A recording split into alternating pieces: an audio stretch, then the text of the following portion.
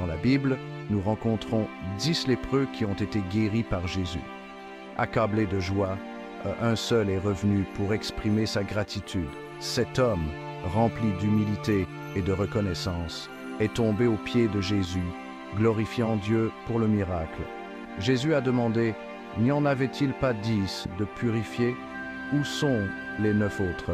Cette histoire nous rappelle l'importance de reconnaître et de remercier Dieu pour ses bénédictions, grandes et petites. Tout comme le lépreux reconnaissant, nous devrions nous aussi nous approcher de Dieu avec humilité et reconnaissance. Nous sommes souvent pris par l'agitation de la vie, oubliant de reconnaître la source de nos bénédictions. Notre gratitude ne doit pas dépendre de l'ampleur de la bénédiction, mais de la reconnaissance de la bonté de Dieu dans nos vies. Que l'histoire du lépreux reconnaissant nous serve de rappel pour toujours cultiver un cœur reconnaissant, reconnaissant la main de Dieu dans tous les aspects de nos vies.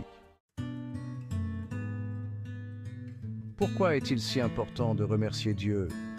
La gratitude déplace notre attention de ce qui nous manque vers l'abondance que nous avons. Cela nous rappelle la fidélité et l'amour de Dieu. Lorsque nous remercions Dieu, nous le reconnaissons comme le donateur de toutes bonnes choses. Remercier Dieu cultive l'humilité dans nos cœurs. Cela nous rappelle que nous ne sommes pas autosuffisants. Nous dépendons de Dieu pour tout. Cette dépendance favorise une relation plus profonde avec lui. La gratitude nous ouvre les yeux pour voir les bénédictions que nous tenons souvent pour acquises. Notre santé, notre famille, nos amis et même l'air que nous respirons. Cela transforme notre perspective, nous permettant de trouver la joie dans le moment présent. N'oubliez pas que remercier Dieu ne consiste pas seulement à dire les mots. Il s'agit de favoriser un cœur rempli d'une gratitude sincère pour son amour et sa provision dans nos vies. La gratitude est plus que des mots, c'est un mode de vie. Il s'agit d'aligner nos actions sur nos paroles. Lorsque nous sommes vraiment reconnaissants, nos actions le reflètent. Une façon de montrer sa gratitude est par des actes de service. Aider les autres est un moyen tangible d'exprimer notre gratitude pour les bénédictions de Dieu dans nos vies. Faites du bénévolat auprès d'un organisme de bienfaisance locale. Offrez un coup de main à un voisin ou soyez simplement là pour quelqu'un dans le besoin. Une autre façon de montrer sa gratitude est la générosité. Lorsque nous sommes reconnaissants pour ce que nous avons, nous sommes plus susceptibles de le partager avec les autres. Envisagez de faire un don à une cause en laquelle vous croyez ou d'offrir un cadeau attentionné à une personne que vous appréciez. N'oubliez pas que nos actions parlent plus fort que les mots. Efforçons-nous de vivre des vies qui reflètent notre gratitude envers Dieu. La gratitude est comme une graine que nous plantons dans le jardin de nos cœurs. Lorsque nous arrosons cette graine de reconnaissance, elle se transforme en un bel arbre qui porte le fruit de la joie. Un cœur reconnaissant est un cœur joyeux. Lorsque nous nous concentrons sur le bien dans nos vies, nous éprouvons un profond sentiment de contentement et de paix.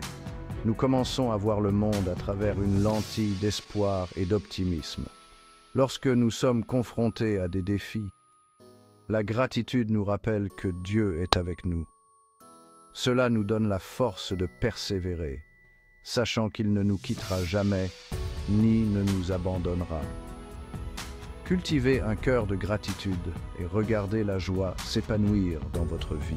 N'oubliez pas que la vraie joie n'est pas l'absence de problèmes, mais la présence de Dieu au milieu d'eux. Cinquième partie. Commencez sa journée avec gratitude. Prenez l'habitude de commencer chaque journée par une prière d'action de grâce. Avant même de vous lever, prenez un moment pour réfléchir à toutes les bonnes choses de votre vie. Remerciez Dieu pour son amour, sa miséricorde et sa fidélité. Pensez aux personnes pour lesquelles vous êtes reconnaissant, votre famille, vos amis, vos mentors et vos collègues. Remerciez Dieu de les avoir mis dans votre vie.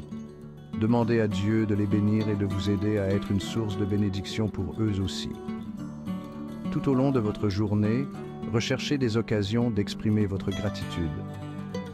Remerciez le barista pour votre café, remerciez le chauffeur de bus de vous avoir conduit à destination en toute sécurité et remerciez vos collègues pour leur travail acharné.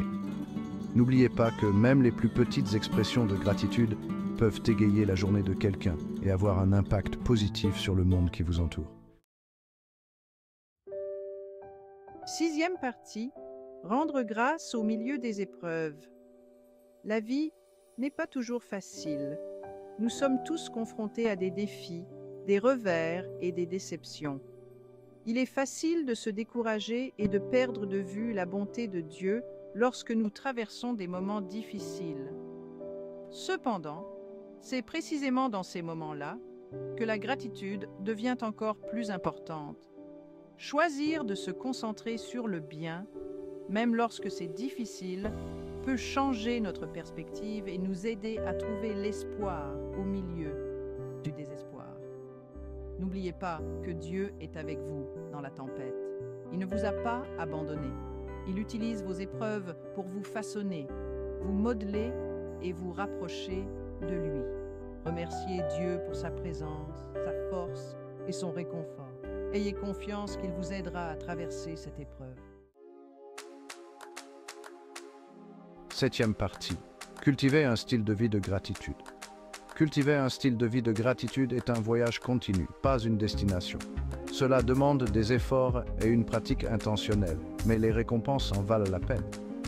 Un moyen pratique de cultiver la gratitude est de tenir un journal de gratitude.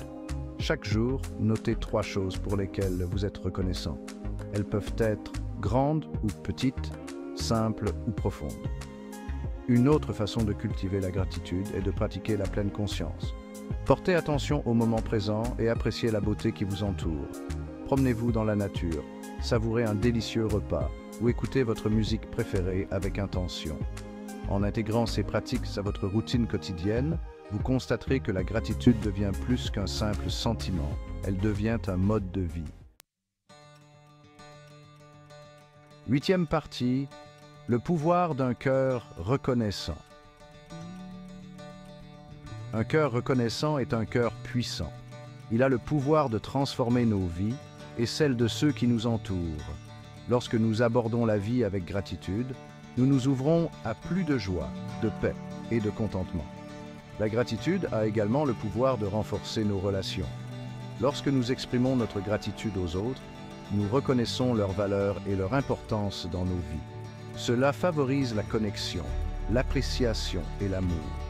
De plus, la gratitude a le pouvoir d'améliorer notre bien-être physique et mental. Des études ont montré que les personnes qui pratiquent la gratitude ressentent des niveaux de stress, d'anxiété et de dépression plus faibles. Adoptez le pouvoir d'un cœur reconnaissant et soyez témoin de l'impact positif qu'il a sur tous les aspects de votre vie. Neuvième partie, la gratitude, un cadeau qui continue de donner. La gratitude est un cadeau qui continue de donner.